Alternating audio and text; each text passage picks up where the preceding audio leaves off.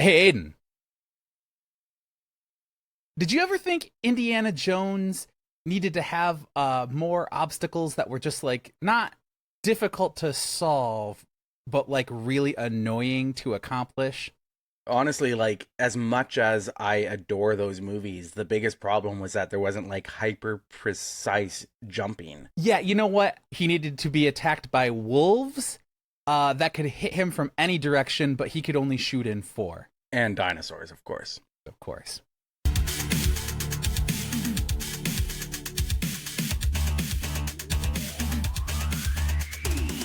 You've got FunFactor, two old gamers reviewing old video game magazine reviews. I'm Ty Shalter, he's Aiden Moher, and we're two professional writers who grew up loving the video games and video game magazines of the 1980s, 1990s, and 2000s. Every episode, we take a critical look back on the games media that, for better and for worse, inspired us to do what we do. First, go to funfactorpod.com, follow the show on your podcatcher of choice. Leave us a rating or review on iTunes, Spotify, or wherever you get your media.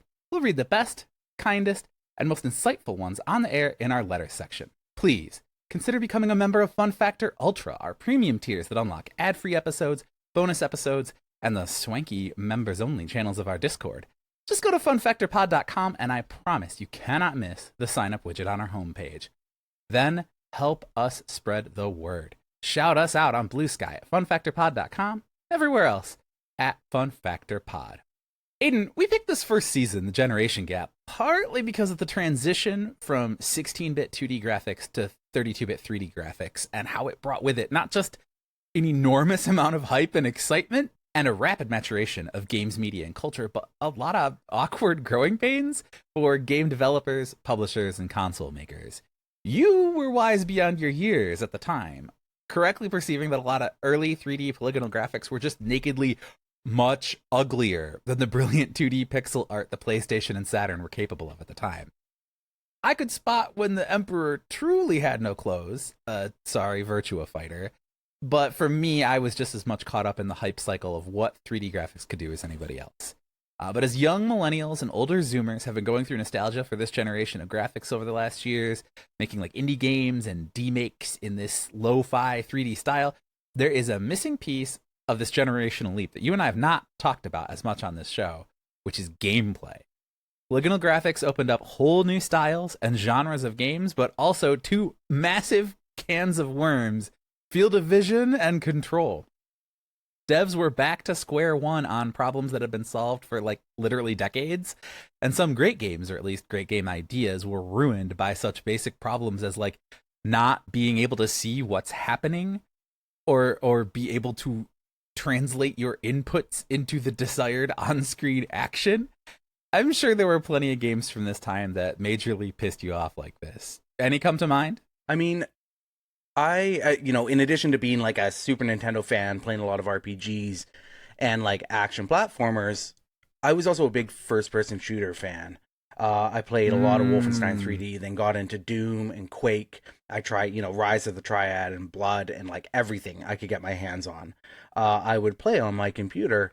So I was really unimpressed by the move to kind of 3D space on consoles for first person shooters. Uh, you know, Deep into like stuff like Doom multiplayer, Quake multiplayer. Like GoldenEye was fun because I was playing it in the same room on one TV with my friends, but I wasn't ever really very thrilled with it as a game experience. The first person shooter on console controls had not been solved. I find it like impossible to go back to something like Turok or GoldenEye.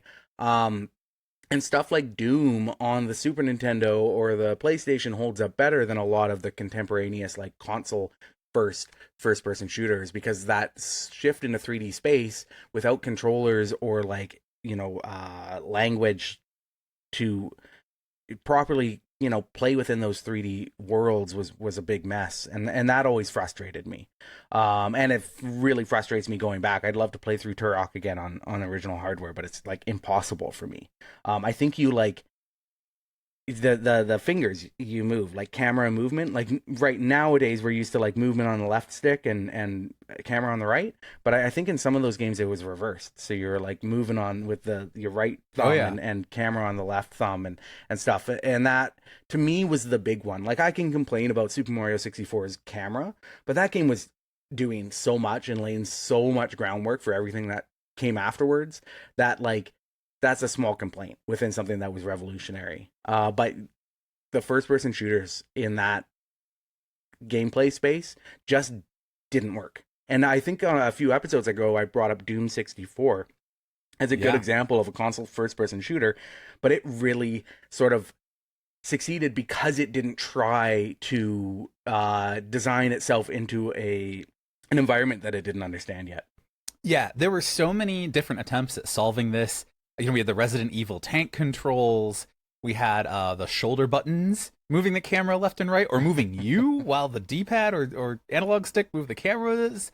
Even a lot of games I remember as being really fast and fun had a lot of slow and frustrating moments. Wipeout at its best was incredible. There's also a lot of snagging a foil or aileron on a corner and just being like stuck, and starting from scratch was like so slow. The side story / friends at the table crew is LPing through each other's favorite Dreamcast games right now. And Jack DeKeat playing Jet Set Radio / Jet Grind Radio reminded me that, oh yeah, that game spends a lot of time being frustratingly slow and awkward before it gets fast or fun. Yeah, but like so many of the games are also designed around those sort of frustrating controls. Like Resident Evil, when it was remade on the GameCube and then the modern remakes, maybe the GameCube still has tank controls, but like when you can move around freely in Resident Evil, it becomes a lot easier, and the tension sort of like ratchets down as well. So I do talk a lot about how constraints and boundaries and technical like limitations do inspire creativity. And some things like Resident Evil, I think, work better with the tank controls. Even if it's not my preference to play it now that way. And you needed to rethink how you design games if you're going to change the control scheme. Right now, like we're recording this around the release of the Metal Gear Solid 3 remake. And a lot of the criticism is, you know, it retained small environments with lots of loading screens, but it also redid the controls without redoing the gameplay or the level design or the enemy encounter design, and that fundamentally changes the way that you play the game and the way that you experience the game. So there is both sides. Like sometimes those technical limitations created unique experiences that we wouldn't get now or hadn't had before, even if they're not fun to go back to, if that makes sense.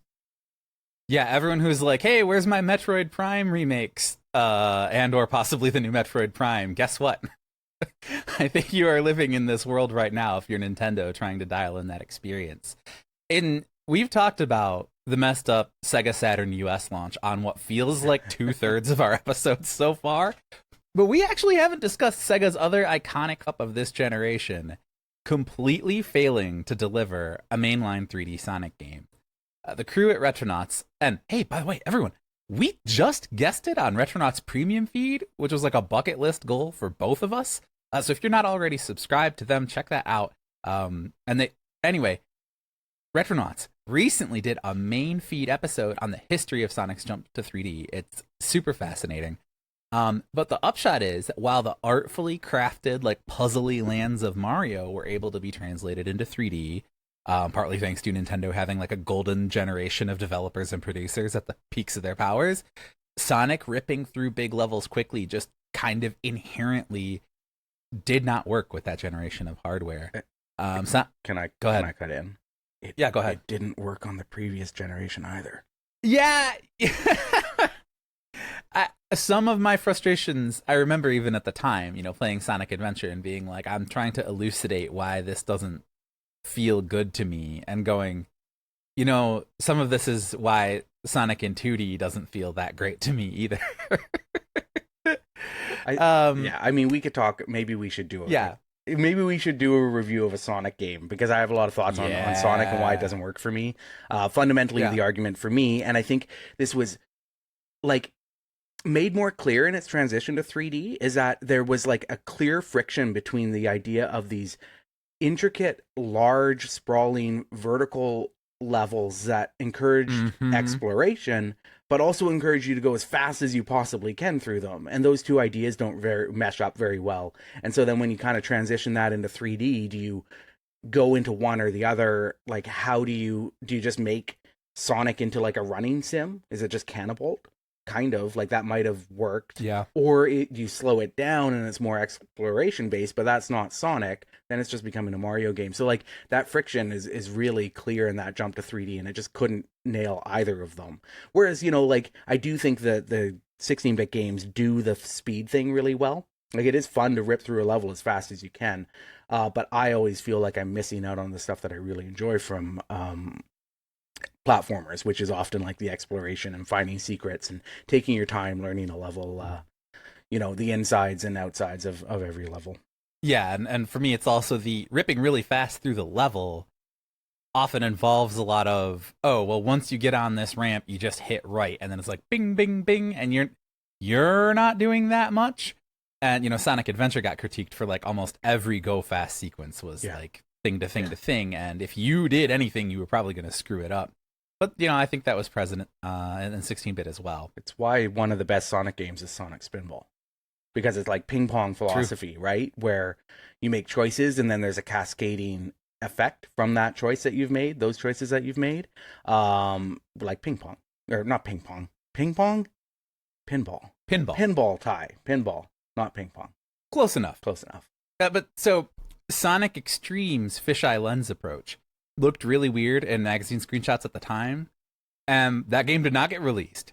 But now we can play and watch surviving builds of that game.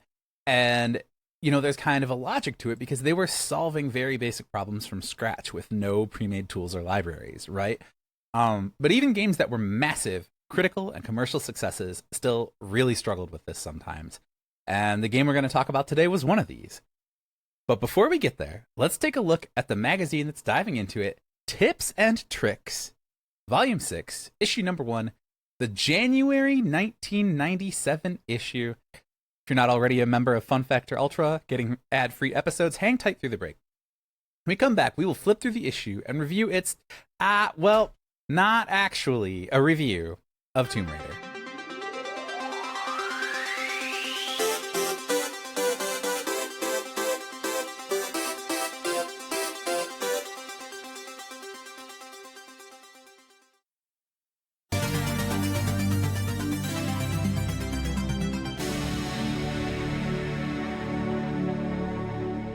Welcome back to Fun Factor, where two old gamers review old video game magazine reviews. Of course, we want you to review us. Do we get a full 5.0 in Fun Factor?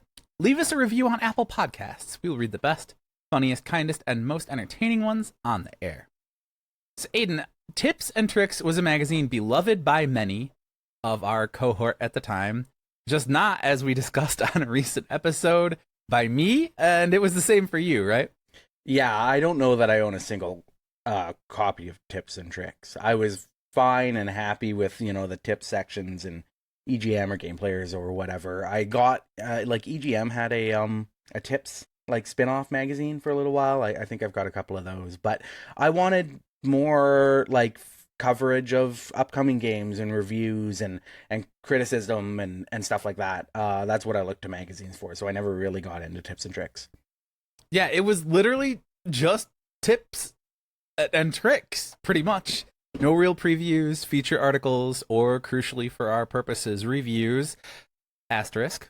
We'll get there. But there was sometimes commentary on gaming culture, and the magazine was very professionally made. It was well laid out, attractive, chock full of strategy guides, codes, and special moves. So yeah, if that is what you were after, this magazine was for you. I wasn't old enough to really realize this about myself at the time, but a big part of my enjoyment of games is figuring out for myself how to play them. Like learning the systems and loops, taking the feedback from the game, figuring out what strategies and moves are the most effective, and then developing like a satisfying personal play style have always been bigger sources of fun to me than just like dominating the game or racking up sky-high scores. Is this because I've never really been skilled enough at games to rack up sky-high scores? Who can say? But, like, this is the optimal way to play this game articles, or, today, videos, have never held much attraction for me. You? Yeah, less so in the past than now, as I have less time if there's a game. Like, I played through Dark Souls recently, and I'm like, I don't have time to pour, like 100+ hours into figuring this out and having a false start and having to restart. And so I did go out and look up guys like, hey, how can I make this game sort of easier for myself at the get-go? I wasn't looking for, I'm not looking for cheat codes. I'm not looking for, even necessarily to save time up front, because I ended up putting like maybe 5 hours into like going through motions to try to get the right gear and stuff to make the rest of the game easier.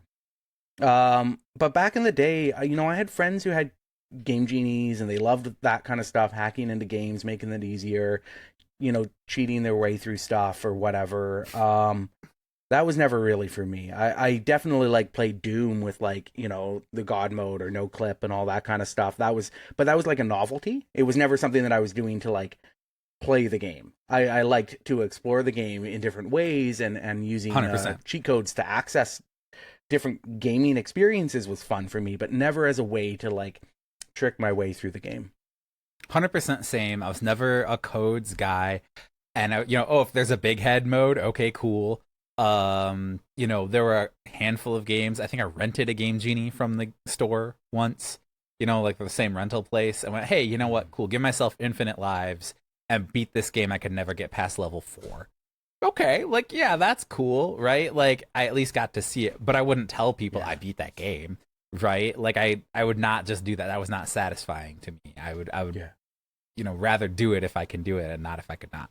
Yeah, absolutely. And like, I'm not past like finding exploitative like grinding zones. Like when I played Elden Ring, I found this one area where I could shoot this big bird and then take out a bunch of enemies in like one swoop and like grind a lot of souls, and that made the later parts of the game easier, and I was happy to do that. So, I'm not like a pure skill like get good kind of person. Right. I'm not particularly but that's in good the at game. Games. That's part of the game. In the game. They put it there exactly, for you. Exactly.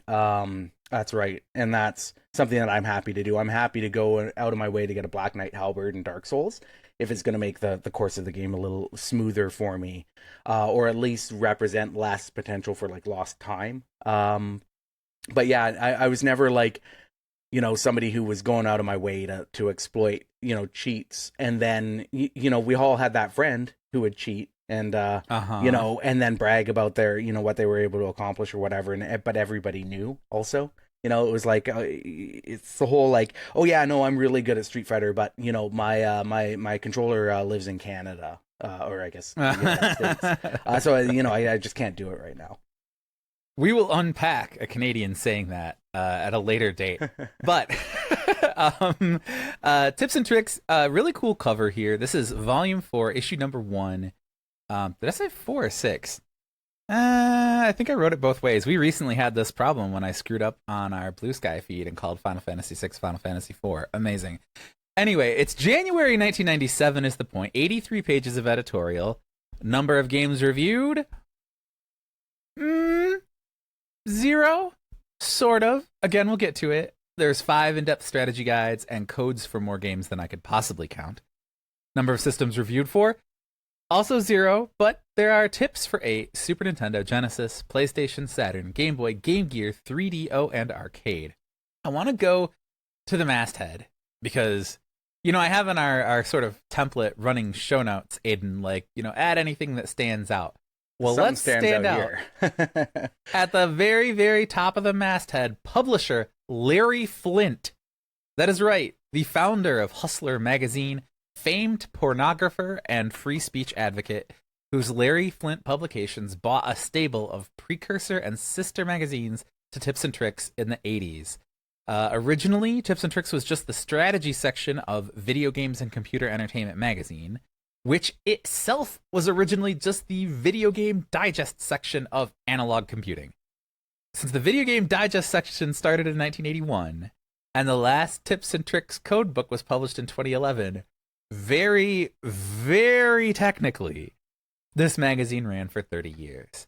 My source for much of this is an interview that Tips and Tricks editor-in-chief Chris Bianek gave to a website called GameLosers.net back in 2014.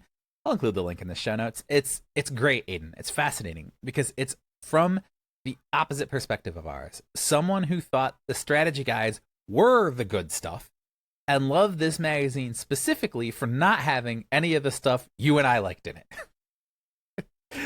It's, yeah, different strokes, different folks. But Aidan, first, let's look at the rest of the masthead, and especially these pictures here of the core staff. What do you see? You know what I don't see is literally a single name that I recognize from like other publications or future games journalism. I do see a lot of banger names though. We have Jane Tunks, Buddy Sampson, this is great, Trish Ham, Thomas Candy, and then of course Larry Flynt. I do recognize Larry Flynt. I read his magazines for the inspiration for like haircuts and stuff if I wanted to get a nice haircut. But otherwise, yeah, I don't recognize a single name from this masthead. Contributor Todd Pound, also all-timer. Yes, there you go, all-timer. But Aidan, you know what I see is diversity. Mm-hmm. Executive editor Wataru Maruyama would shortly go on to run the official US PlayStation magazine. I remember that from our very first, second episode. No, it was first, the PSM #1, because PSM was the unofficial PlayStation magazine. Wataru Maruyama ran PSX, which was purchased by Sony and Ziff Davis and made into the official US PlayStation magazine. But we have art director Ione Flores, senior editor Nikos Constant, writers Betty Halleck, Tyrone Rodriguez, Deborah Lockhart form the core of a production staff filled with women and people of color.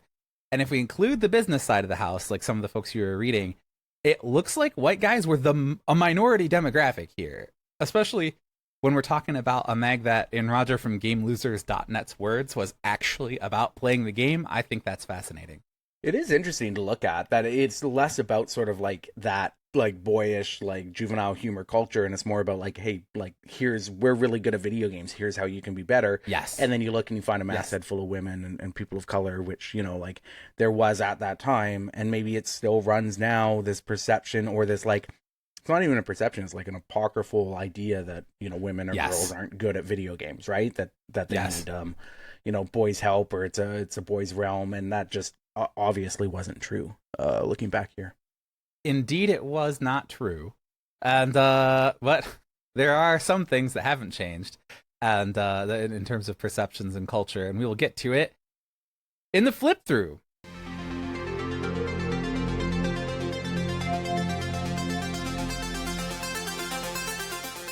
And let's start with the letters section, which is the next editorial page, called Reader's Tips, which there are some tips submitted, but really it's letters.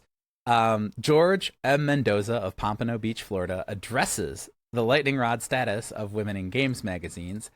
For more of this topic, of course, everyone listening can subscribe to FunFactor Ultra and check out our interview with Molly Patterson of GameFan and EGM. But Aidan, can you read what George here wrote? So it's titled Ione Fan Club. Dear Tips and Tricks, hi. Needless to say, I can safely assume that you are doing fine, and your magazine is one I could easily consider as one of the best in town. I regularly buy your magazine at first sight. I just browse through the other magazines and put them back on the shelf. Shame on me, huh? I was wondering what your criteria is for putting tips in your pages, since I occasionally see tricks in other magazines that I don't see in yours. It kind of makes me wonder why. I really think your magazine is cool, and I read a lot of letters in your letter column about Betty. But doesn't Ione Flores get that kind of mail too? Uh-oh, my PlayStation is starting to skip on me. Panic! Ah! Bye now. George M. Mendoza from Pompano Beach, Florida. Yeah, I like that he did I'm going through a tunnel, my cell phone is cutting out with the PlayStation is skipping. That was nice there. But the staff responds, George, the TNT staff puts every code to the test. And as you know, it is a time-consuming and laborious process. Every once in a while, one of our competitors will beat us to a tip, but some of them also have a habit of printing bogus codes that don't work at all. Ione does get plenty of mail, and thanks everyone for their kind words, except for that freak with the swimsuit issue idea. So yeah, male gamers, please be normal about women challenge. Failed. Yeah, that's the response is pretty decent, actually, I feel. Yeah, yeah, It doesn't kind of lean into the joke at all. There's more like yeah. kind of, stereotypical gendery stuff here. There's another one called Defender of TNT. It says, "Dear Tips and Tricks, I'll make a deal with you. If you print my letter, I'll punch anyone who disses your magazine." I'd probably do that anyway, though. Oh well. John Brown from Fairbanks, Alaska. So there's definitely like, you can kind of make a magazine that's trying not to get into some of the humor and the juvenility that contemporaneous magazines were luxuriating in, but your readers are your readers. I do like the mental image of young John Brown wandering around Fairbanks, Alaska in January 1997, waiting for someone to say something negative about Tips and Tricks magazine, so you could punch them in the face.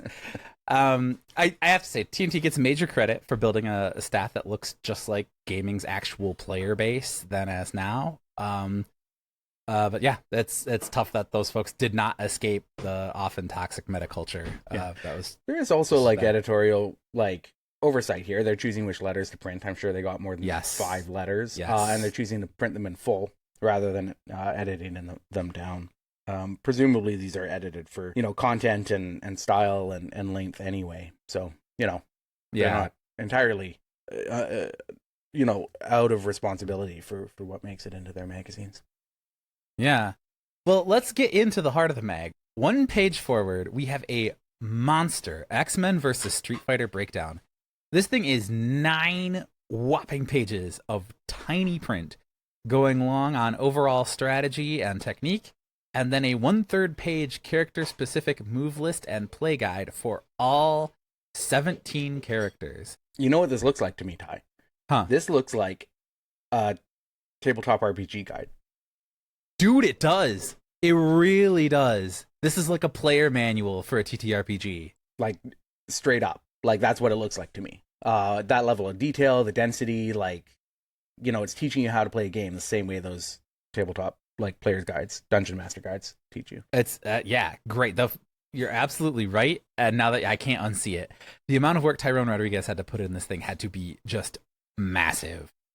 If we go forward a little bit, and we can flip through here, and video folks, I'll give you a chance to kind of look at some of these too, because again, we have 1/3 of the page column giving ratings for strength, agility, speed, etc. Then we have the complete regular and special move list, super attacks, air combos, ground combos, plus a few short paragraphs of play style and strengths and weaknesses for all of these characters.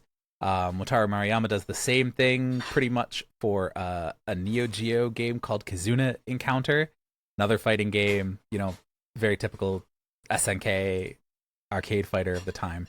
But Aidan, my attention, I was stopped short on what would be page 25. Win the ultimate gaming rig, over $20,000 in prizes, Pandemonium Entertainment, big fatback TV, stereo rig, a bunch of AV components, a mini satellite dish, cable box, full gaming computer, Sega Saturn, N64, Virtual Boy, PlayStation, 3DO, all together. Gaming heaven. All you have to do is send in somewhere between $3 and $5, and solve this little word game. That's kind of like a letter Sudoku, basically, that look like video game words, and mail them to Pandemonium in Minneapolis, Minnesota. Do you remember this, Aidan?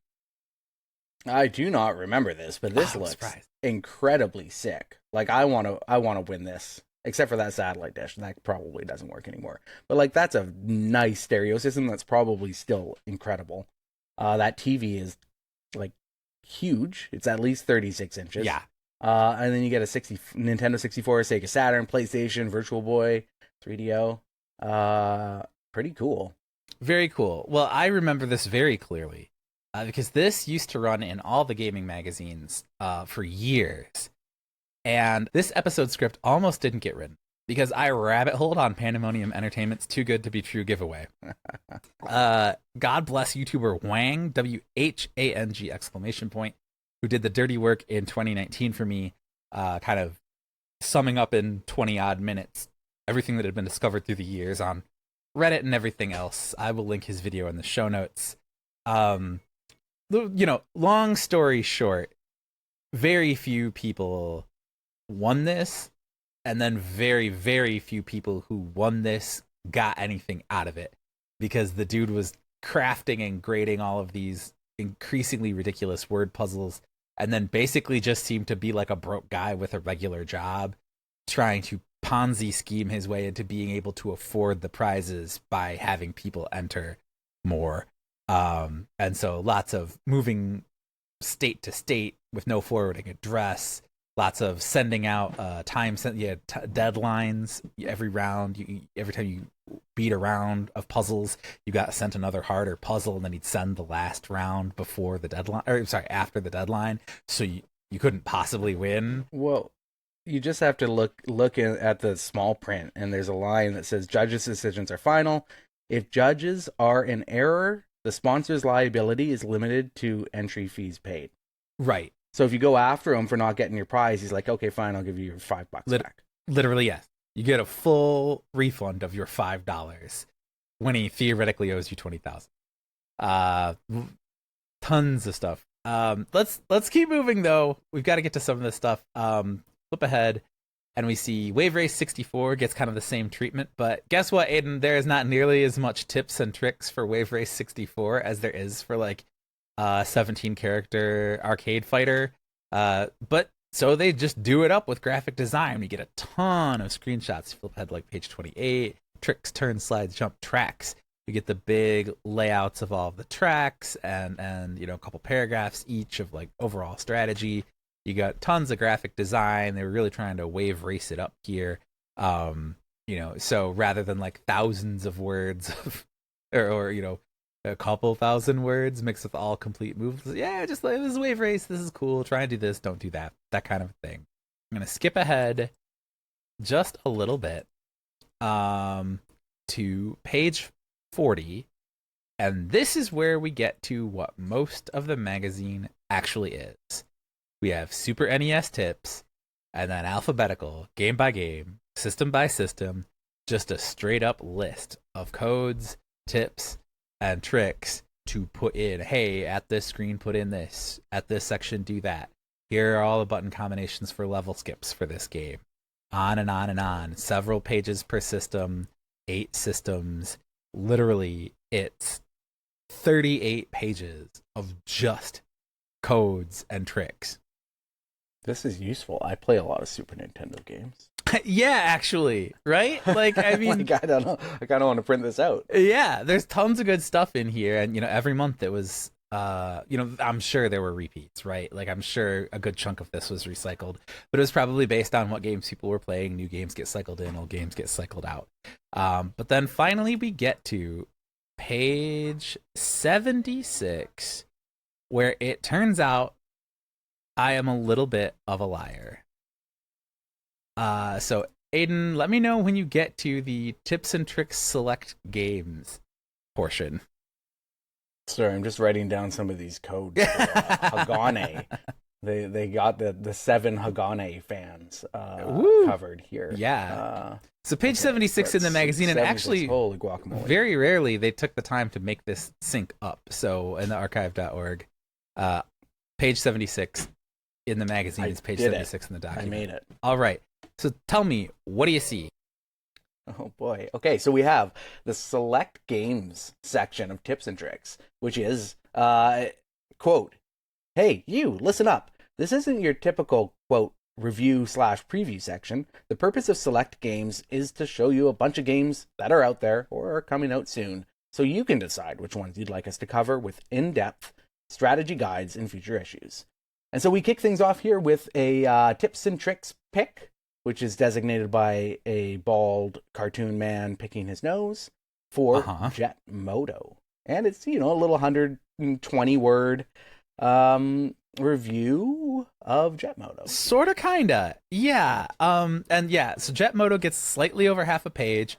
I actually counted it. It's 170 words. You're very close. Oh, I'm most of which is actually 7 screenshots in a half-page review. But we get then these sort of weird capsule previews of 19 more games squeezed into the next 4 pages. Most of them are 6 per page. Yeah. No scores. But like you said, there's a little cartoon man icon picking his nose to be a tips and tricks pick. And the little cartoon guy, I think, is a nondescript avatar, partially because, again, we have no bylines. This is just a staff. Hey, look at this, right? So can you read their definition of what a TNT pick is? Quote, the elite tips and tricks pick is given to those select few games that are highly recommended by the TNT staff after we've tested them thoroughly. Many hot games that are previewed here are not eligible for the pick until they are considered reviewable by the publisher, which means they're finished or nearly finished. Pay special attention to the picks. These are our favorites. I believe, fundamentally, that these people put the work in, as they say and show throughout the rest of the mag. But most of these read way more like previews than reviews, and describing what the game is, its unique features, just what makes it interesting in like a very, very tight paragraph or two. And they mention there that they don't give TNT pick awards to any games under review embargo, right? So anything that doesn't have a TNT pick logo on it definitionally might not be a review or have any editorial, like subjective opinion put on it. There's no discernible difference between this publisher sent us screenshots and it looks interesting and our whole staff played this extensively and did not like it, right? I think if you pay close attention, you can kind of sort one from the other. But it's worth noting that 7 of the 21 games highlighted here did get TNT pick awards. That's a lot. That's not exactly the select few elite recommended. Yeah, that's 30%. I think the Sonic 3D Blast one is interesting. Because I think it highlights a lot of what we're talking about here. I'm going to read a little bit of it. So it is a tips and tricks pick. So this is one that they've highlighted as a good game. Hot on the heels of the tremendous Genesis cartridge, Sonic 3D Blast for the Saturn delivers a pumped-up version for those with 32-bit tendencies. Brand new effects are promised for the Saturn, and you can expect a different bonus level that is sure to incorporate more of the system's advanced functions. The music should receive a boost, and the overall length may be tweaked. It is expected to support the Knight's analog controller and some other surprises that even we don't know yet. Hopefully, there will be enough enhancements to warrant a Saturn purchase, because that's what Sonic is here for. Doesn't really sound like the whole staff played it extensively and gave it their highest recommendation, does it? I'm gonna say no. Yeah. I'm gonna say I'm gonna say they might have looked at the 4 screenshots that are included with the TNT pick. Yeah, here. And probably some of the stuff that the publisher's PR people sent. Hey, also here's what's going on with this, right? I do like that they hedged. Yeah, did they hedge? Instead of just being like, oh, there's gonna be some Knight's analog controller support, and but it definitely is not a review. It's barely a preview because it just fully admits that they don't know what's coming. Right. Did not stop them from giving it their seal of approval or their pick of approval. Same thing for Suikoden. Another TNT pick. After a slow start, the PlayStation has been steadily gaining ground in the RPG genre. Suikoden has all the elements you'd expect from any RPG worth its salt: a good story, decent graphics, and a long quest. What gives it the extra edge is that there are 2 different battle methods depending on the situation. It has the traditional one-player group versus the monsters battle, but there's also a full-scale war simulation army battle. This lets you control a huge army and have it out with other hordes of enemies. And again, so many of these are like this, whether they're picks or not, just kind of going, this is an RPG, here is the genre, this is what you do, it looks like this, here's the one thing the publisher told us makes it different from other games in the genre, the end. And again, it's unclear to me that anybody actually played Suikoden for this. Yeah, it doesn't seem like it. It seems like it's stuff that's come across their desk. Like, they say, we are presenting these because we want to know what you're interested in. It literally says, like, rip out the postcard between these pages. Tell us which of these games you want us to cover. Which, kind of makes sense. Which, that's cool, but don't then say, we have all played this. Seal means we all played it extensively and give it a recommendation. When you're like, this is an RPG, it has quest, it's long probably, and there's also decent graphics. What's like interesting though is the picks are good. True. There's not a lot of games on this list that I'm like, oh, they missed that one. Or games that got a pick that I look at and go, oh, they, that one didn't really live up. Hey, Kingsfield 2. You want to talk about solving exploration and 3D control problems in real time? Go back and try and play Kingsfield 2. Mm-hmm. But so good. It's interesting. I don't know. It's almost like the picks are what they've identified as the ones coming up in a future issue. Yeah, again, explicitly. And that's why it's just interesting to me because, like, these aren't reviews, but the pick symbol makes it a review editorially, technically, as far as publishers are concerned. So they can't put it on anyone that's, like, embargoed for review. But most of these don't give you enough critique or firsthand experience to really call it a recommendation or a review anyway. It's basically a preview section with a "we think this looks cool" label. But it's just an interesting blending of it's a very blurring of lines that I think has its own use for the reader as well as use for the magazine. It's kind of cool where they're getting their own, like, subscribers and readers feedback. It's not what the publishers think they should be doing deep dives into. It's not what they're guessing they should be doing deep dives into. It's so like, hey, you who paid for this magazine, tell us which of these games we should be spending our time building a 8-page super in-depth guide for. Yeah, but were they also? That's a data point, but ultimately Tips and Tricks, I think, was like a catalog for selling games, right? Like, it was there to make people feel good about games and find new ones.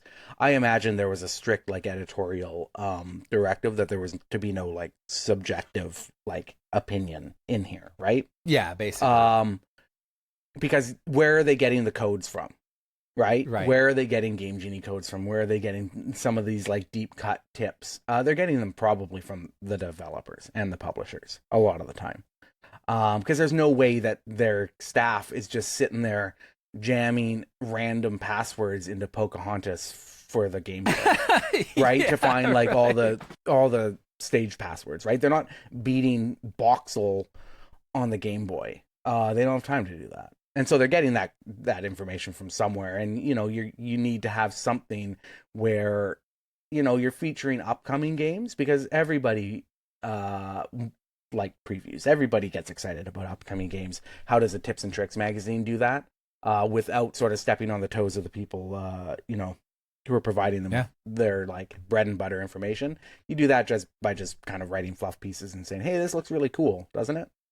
Yeah, I would love to know whether it was reader demand, publisher suggestion, or independent artistic editorial choice that they needed to give Kizuna Encounter for the Neo Geo, like, 6 pages of super in-depth strategy. And, I could believe it's readers because fighting game community, this kind of stuff was absolutely, a necessity to get good at fighting games, and it wasn't getting printed anywhere else. So maybe it was truly the fighting game Neo Geo SNK sickos that demanded it, or maybe it's just Wataru Maruyama and or some other members of the staff were fighting game community SNK Neo Geo fighter sickos. But hey, no matter how great the writing is in these classic game mags, our favorite writing to read is yours. When we come back from this ad break, if you aren't a paid member of FunFactor Ultra, we will read your reviews of our reviews of classic video game magazine reviews right here on FunFactor.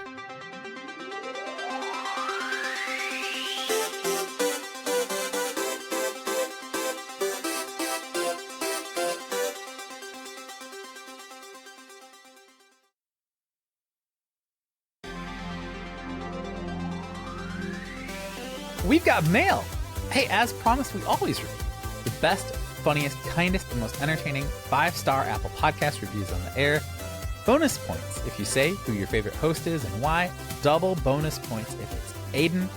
We're also throwing this out. Top YouTube comments, or even if you just send us a nice word in the Discord channel. Hey, if you got a question, definitely send them in.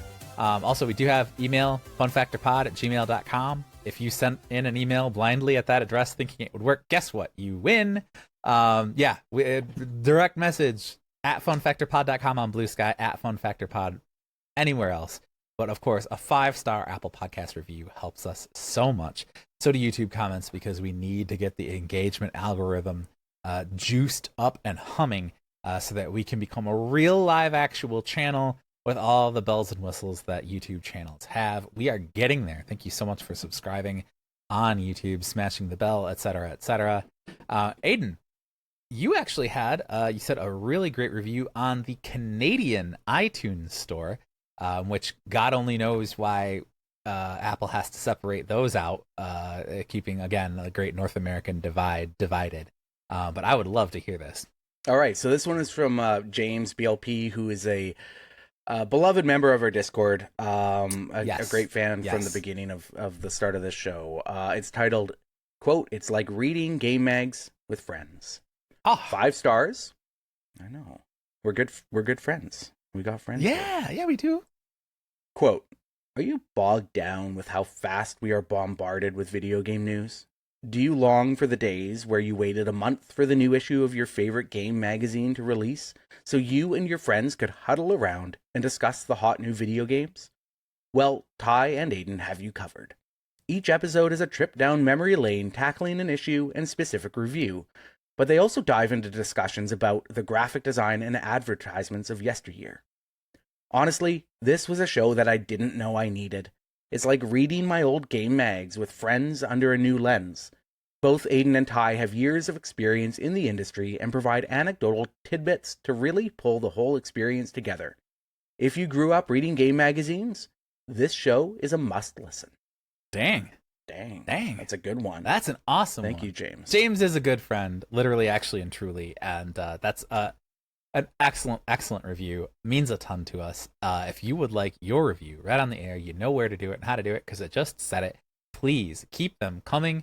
Not only do they make us feel really good and keep us encouraged to do this for you folks and for us, it also, again, helps spread the show and helps people get this in their ears, which is kind of the whole point of this.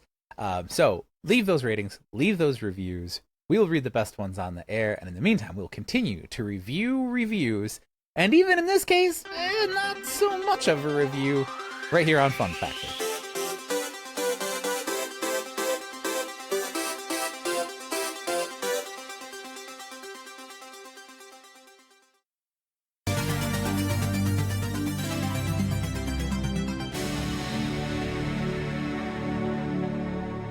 Folks, we're having 5 stars out of 5 stars worth of fun today.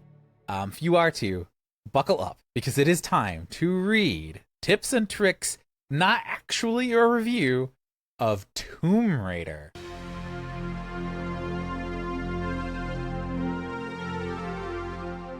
Okay, so again, there's no review format to review. We already reviewed what passes for their review format. This is a big strategy guide. Tomb Raider by Wataru Maruyama. And we've got a big Lara Croft here, basic and advanced techniques, and then it's a level-by-level breakdown. Several pages, going, this is what's in the level, this is what you want to do, here's where you want to go, etc., etc. And it's just a couple sentences per level, but we get 4, 5, 6, 7 screenshots of each level, kind of showing you what to do across multiple 2-page spreads.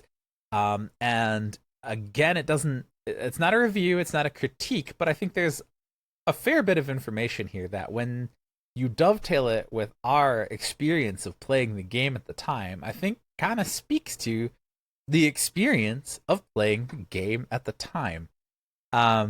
So if you've been playing it says Tomb Raiders for starters. If you've been playing Tomb Raiders for any length of time, you no doubt have discovered how big and difficult the levels are. This guide will help you with the main objectives of each area and will try not to ruin the many tasty surprises that await you. Basic and advanced technique. There are many moves to master, and the place to work it out is the gym. Here you'll be able to have Lara tell you of her various skills and how to perform them. The only thing you won't be able to practice is shooting at moving enemies. So here's a few pointers. Aidan, what do you think you do a lot of in this damn game? Shoot and roll and jump and shoot. Yeah, shooting at moving enemies. And it turns out that's a big problem as far as I'm concerned. We have jump and shoot. roll and shoot, elevated shooting. This is the choice of the wise. Most areas have elevated areas where the creatures cannot easily reach, except for bats, making it ideal for attacking without having to worry about getting hit. Take the high road, young man. And then maximum shooting. At times when the monsters attack from the side, Lara will shoot them with whatever hand is closest to the enemy. This looks cool, but detracts from the total damage inflicted. Point her body toward them and have some double barrel blasting.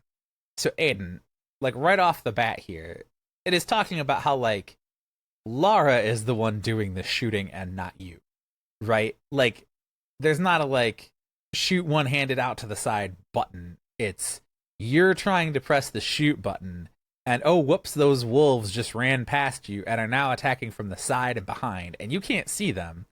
So Lara might stick her arms out trying to shoot sideways or might not. Who knows, right? There's like a lock on, but it's not like Zelda lock on where you're controlling the lock on.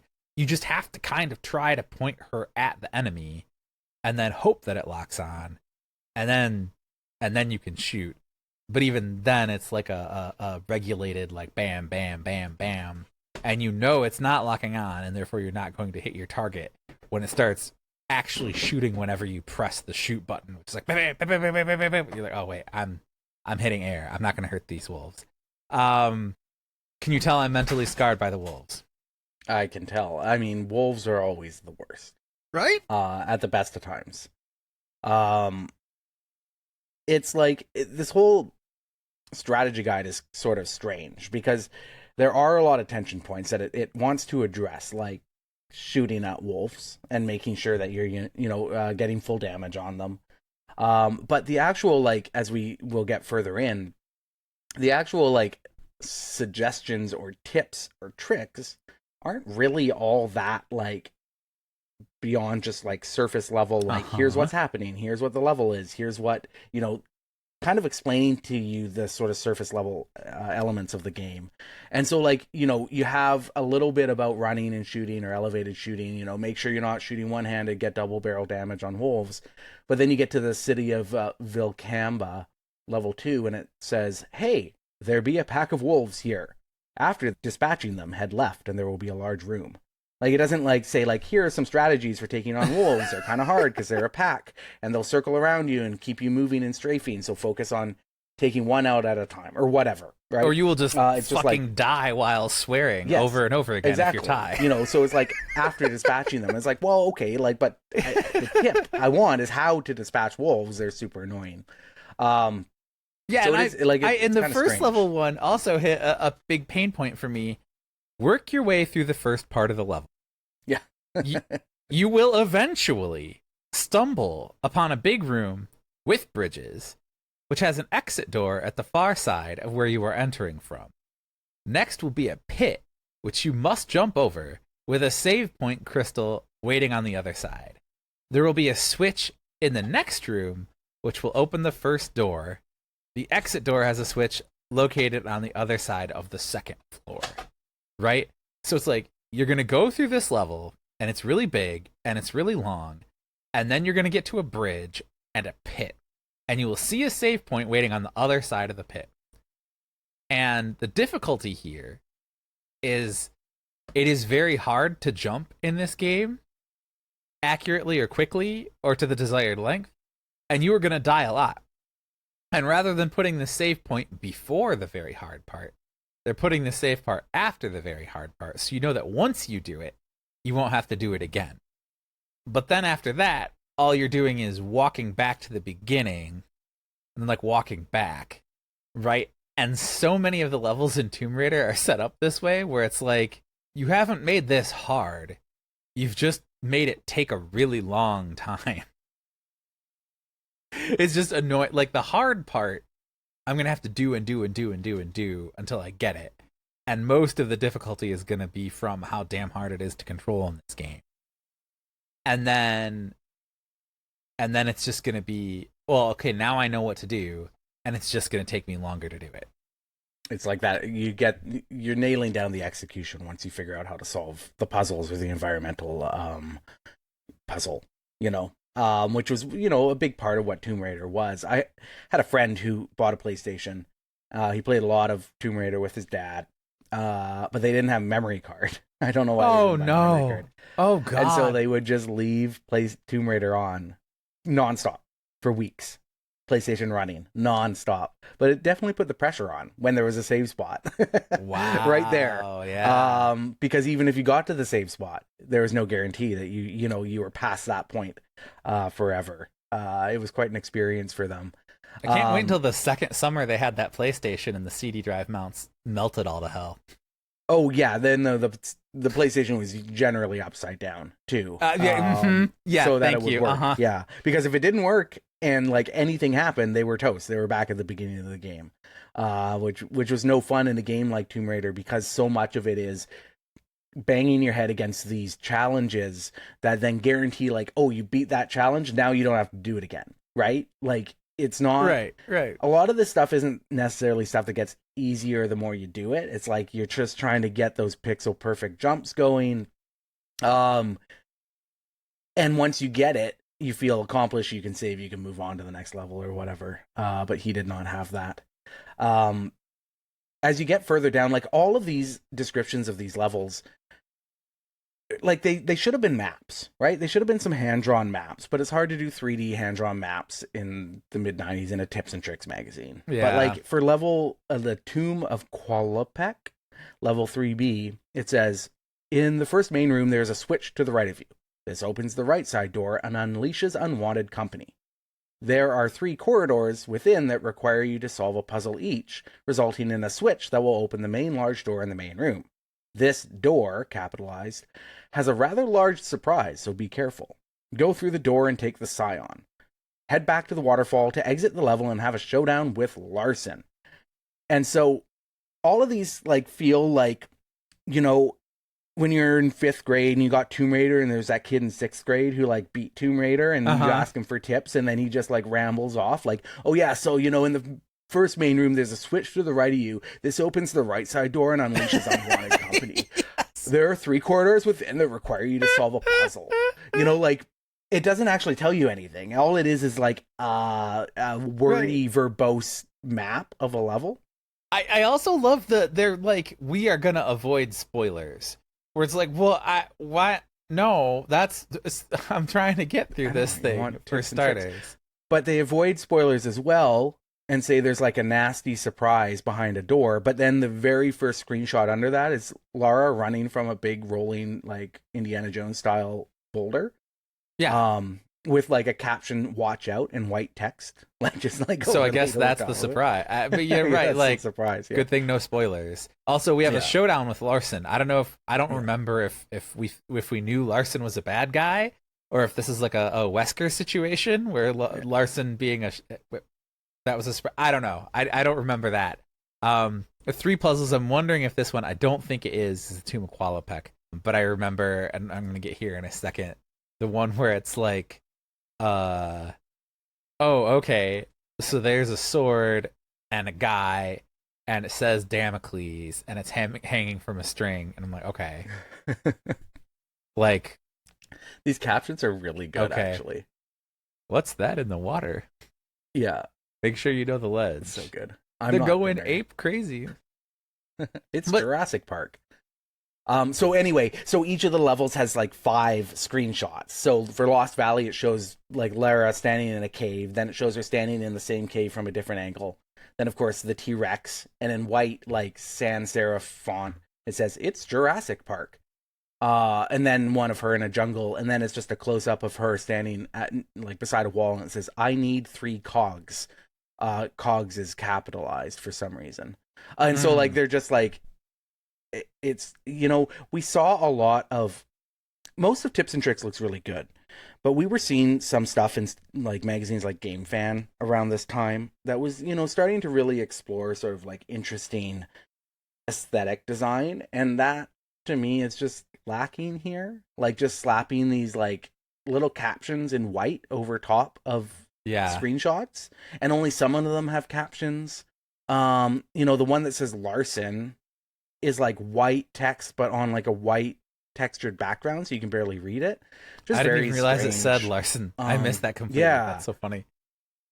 Just very strange, very small, and like very different than other, like, you know, I would say that the Wave Ray 64 has some pretty cool like layouts. It has a big map of each course. It has screenshots from each area sort of like laid out near that spot on the map. I don't know if it's useful because that information's all in the game, but at least gives you something that you're like looking at and poring over when you're not able to play.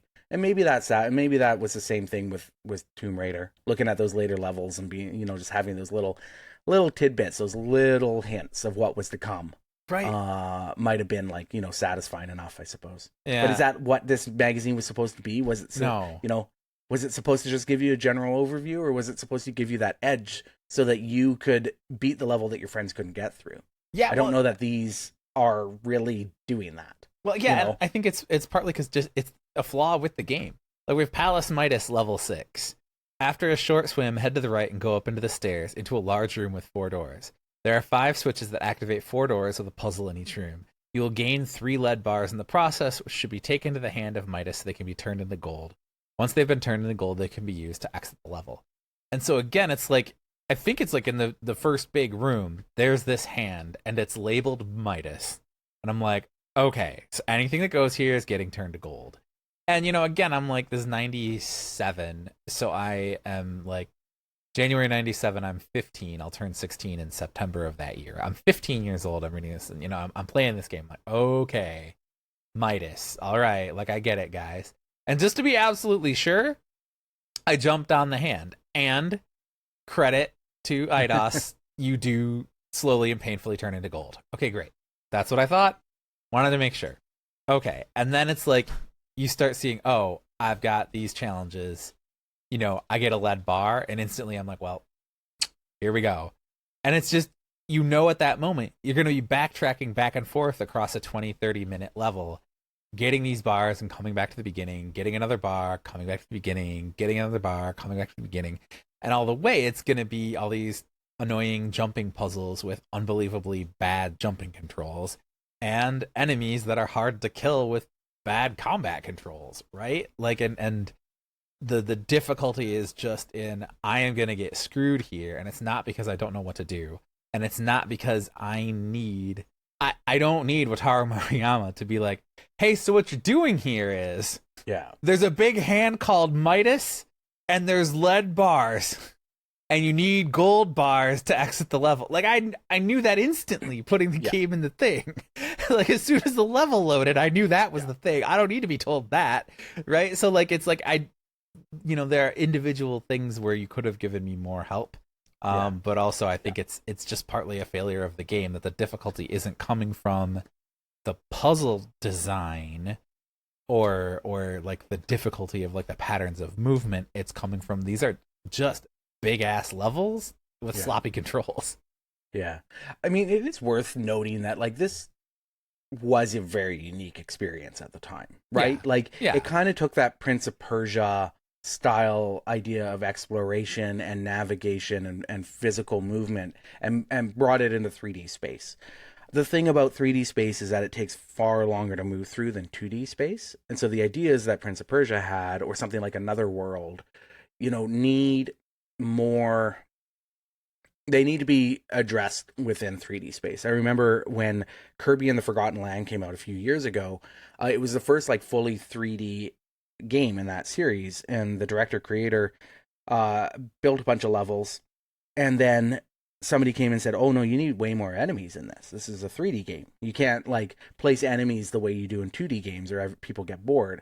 And he sort of pushed back on that, I think, until he started, you know, playing or whatever, and then being like, oh no, you're right, I do need way more enemies. You need tension to be sort of like denser in these 3D environments, and that's maybe something they hadn't quite figured out yet. Like, look at where Tomb Raider and similar games like Uncharted went in the future. It was more set pieces, it was denser design, it was sort of linear, always moving forward, rather than these puzzle boxes. And maybe, you know, Tomb Raider's puzzle box design was okay if you had that Dark Souls-esque contribution where once you're solving puzzles, you unlock this sort of interconnected world. So by the end of the level, you're moving through things way faster than you were before. Obviously, Dark Souls and Demon Souls were a ways off at this point. Yeah. But you can see the beginning of that, where environmental exploration and traversal itself is the challenge. I love games like that, but I don't want them sort of peppered by tedious platforming or combat that's brought down by controls that are just so finicky that it's just not fun. Right. And it's like, hey, yeah, okay, Bloodborne, the controls are razor sharp and the difficulty is extremely high, but the controls are razor sharp. And it's like, I'm going to play the same little section 5, 10, 15 times, right? And go, oh, I could do that better. Oh, I need to do this first. Oh, dang, that guy was over there this time. Shit, okay. But you want to do it again. And in this case, it's like, okay, here is a ledge and there is a pit. Okay. I need to double tap to start running.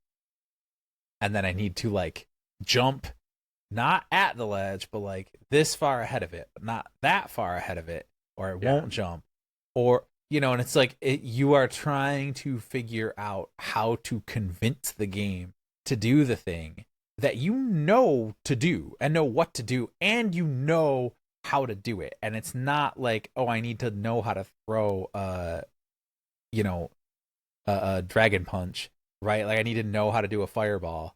This is I know how to run and jump, and I can't convince the game to run and jump for me in the way that I already know just by looking at it. I need to do, because if the fidelity and the polish of the controls match up with the challenge, it feels really good, right? When I played through Dark Souls recently, if I died, I knew why I died. I knew what I should have done differently, and I knew that it was my fault, and that felt okay. When you're playing games and you feel like you did everything perfectly and you still die. So, for instance, in Dark Souls, everybody hates the Bed of Chaos boss because it feels random. Feels like you can do the exact same thing every time, and you just have a 25% chance of beating that boss, and a 75% chance of just falling in a hole and dying. Doesn't matter if you're amazing at the game or new to the game. And that stands out because the challenge doesn't match up with the fidelity of control and player agency. And Tomb Raider was like that. You felt like you knew what to do, and it was just executing that felt off. And that's just not fun. That's also something that tips and tricks can't really help you with. It can't help you hit that pixel perfect jump that you need to make. It can't help you as you're edging towards it, and the game randomly decided that 2 of your little edges forward were close enough together to mean a double tap. So Lara sprints into the pit because double tap means sprint. Yeah. Oh my gosh. And this all comes back to the idea that we had not solved 3D gameplay yet. No. We're figuring this out. Yep. And instead of because the transition of 3D gameplay happened so dramatically between generations, that first era of 3D games on the PlayStation and the Saturn and the Nintendo 64, there are standouts, mostly Nintendo. There are good experiences on PlayStation like Crash Bandicoot that said, hey, we're a 3D game, but we're also a fixed camera 3D game, right? It was kind of on a 2D plane. Sort of. But Tomb Raider threw that all out and was really ambitious, but was solving problems and figuring things out as it went. And I think they've got to be commended for the graphically.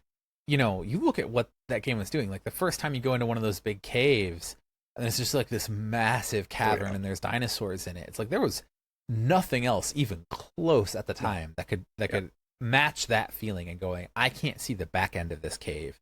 And it didn't look because the PlayStation can't draw it. There's times in plenty of PlayStation games where, there's pop-in, right? But without the obvious obfuscation of Turok's fog, it just looked it's just dark. It's so big and dark in this cave, I just legitimately cannot see the far side of it. That's unbelievable. I've never seen anything like that in a game. The art direction was there. The graphics were there. They did so many things so well.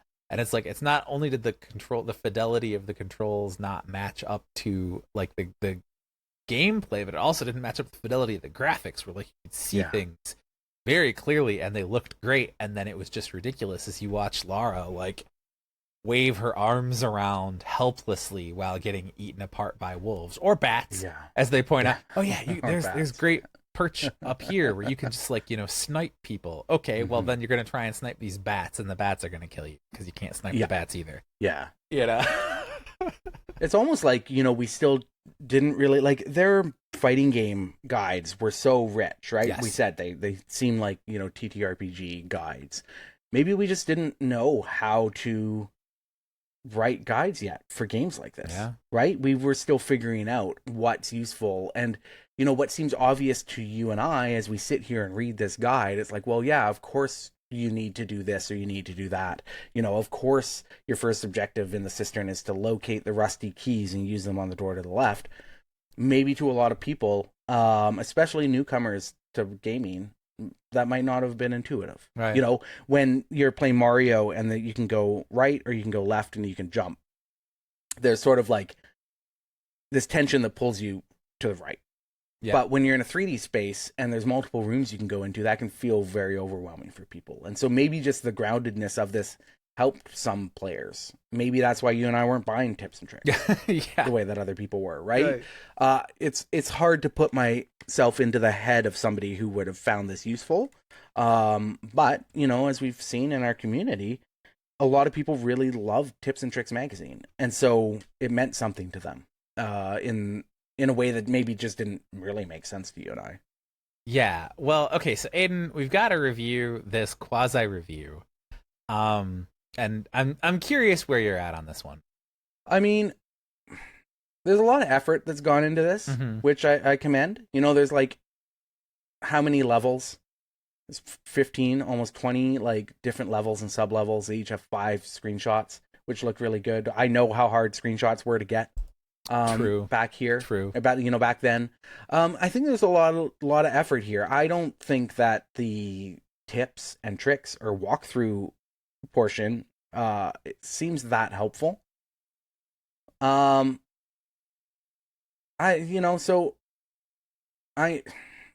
I like the captions. They're silly. I don't know. It's really hard to look at this and understand, like, was this useful to people? What was the goal for this? Was it to actually help people through, or was it to sort of like give people this idea of being able to like play through the game and stay with the game even when you weren't in front of your PlayStation?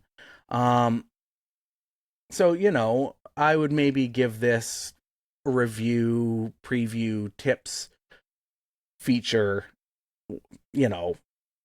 maybe 2.5 lead bars out of 5 gold bars. Okay, you scared me for a second because I thought we were doing out of 10. I was like, whoa, that's, no, I like that. I'm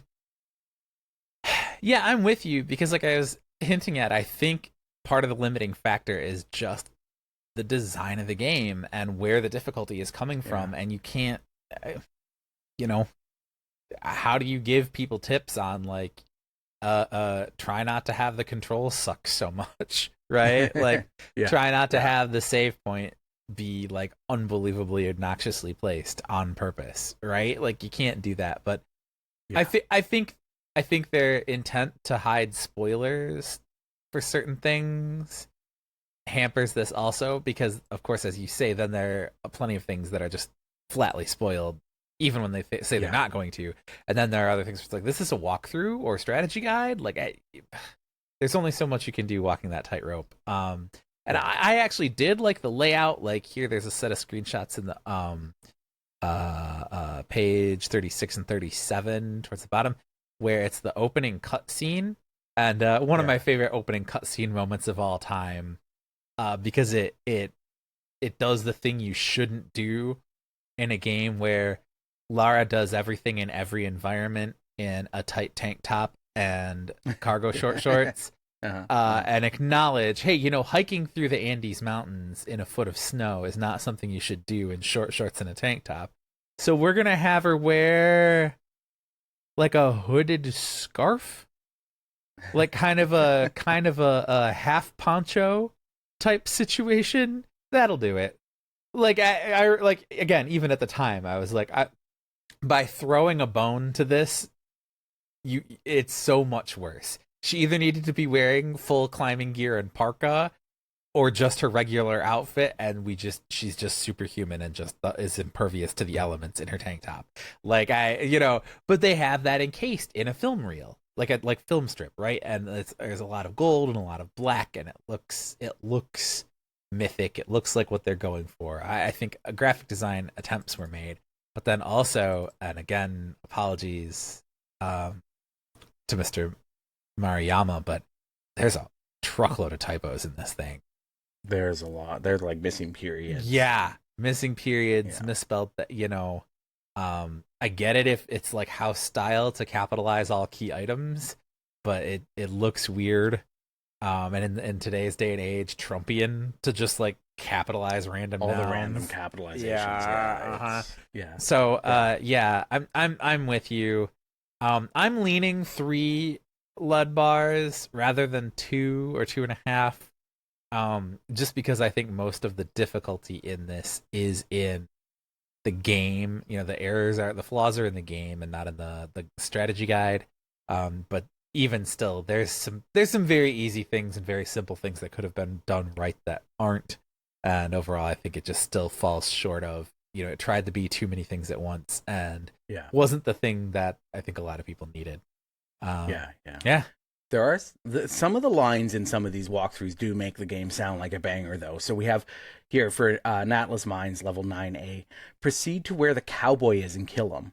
Continue on and jump onto the pillars in lava and find a room with TNT crates inside. Pass into the next room and kill the skateboard kid and get past the rolling boulders and climb up the pillars. Hell yeah. That's pretty sweet.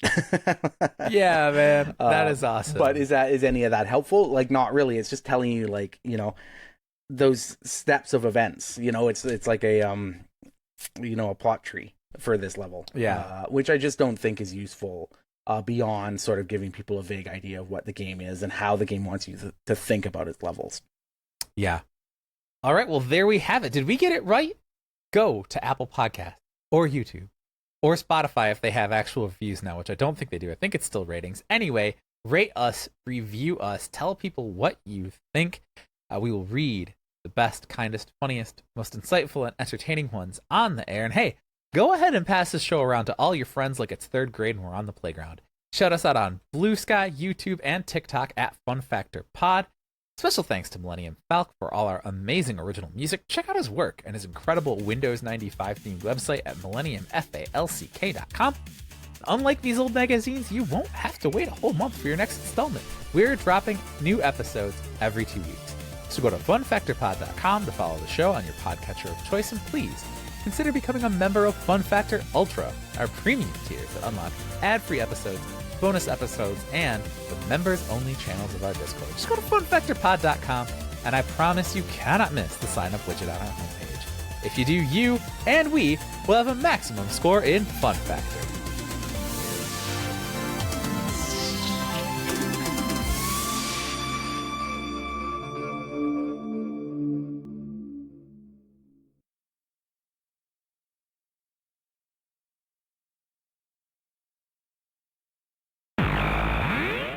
Yeah, that was good. That was fun. I didn't know how it would go doing tips and tricks, but I think that worked really well. So I agree, and I was glad we got some quasi-review stuff and got to comment on sort of the editorial. Like, I think if they'd been more clear and just been like, these are games that are coming up, these are ones we think you should look at. We've played some of them. These are the ones that have caught our eye. Yeah. Right? Yeah. Like, that's functionally what it is, but it reads more like, we have extensively reviewed all of these, and these are the best of the best. And it's like, what? Straight up say they've played them. Yeah, and like, no, they haven't. So like, kind of a weird, like, again, like the impulse at the time. We have to say that we've strenuously tested all of these, even if we haven't.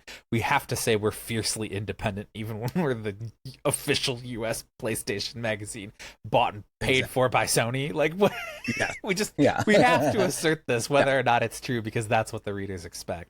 100%. Oh my gosh. All right. Well, I will let you go. Thanks. And heck yeah. Actually, hold on. Do we even? I'm like borderline. Should we just skip letters? Just throw to a regular break? Or do you we have actually one? have a letter on the Canadian iTunes store. Oh shit! Which we could read. Oh, cool. Yeah, a good one from James Halliday. Let me pull it up. Okay, you pull that up, and I'll read the break. We will read them on the air. Shoot, I scrolled too far ahead. Yeah. So, Aidan, we picked this first season, the generation. Before Yeah, we go get ahead. into this, I just had a loud motorcycle drive by, so in the edit, you might want to just cut out my track. If that Yeah, comes through. I It was pretty usually loud. do, and I realized, yep, it did it again. No, wait, no, Scarlet. Okay, good. All right, cool. Good. I just had this like, oh god, I didn't check to make sure that Riverside is recording through my actual mic as opposed Right. to the webcam, Yes. but whatever. Right. It said, and then it said communications dash, which usually means like headphones, like it's giving you the like headset, like telephone, blah blah blah. But it says communications dash Scarlet 212 USB mic, which is what it is. But, all right, cool.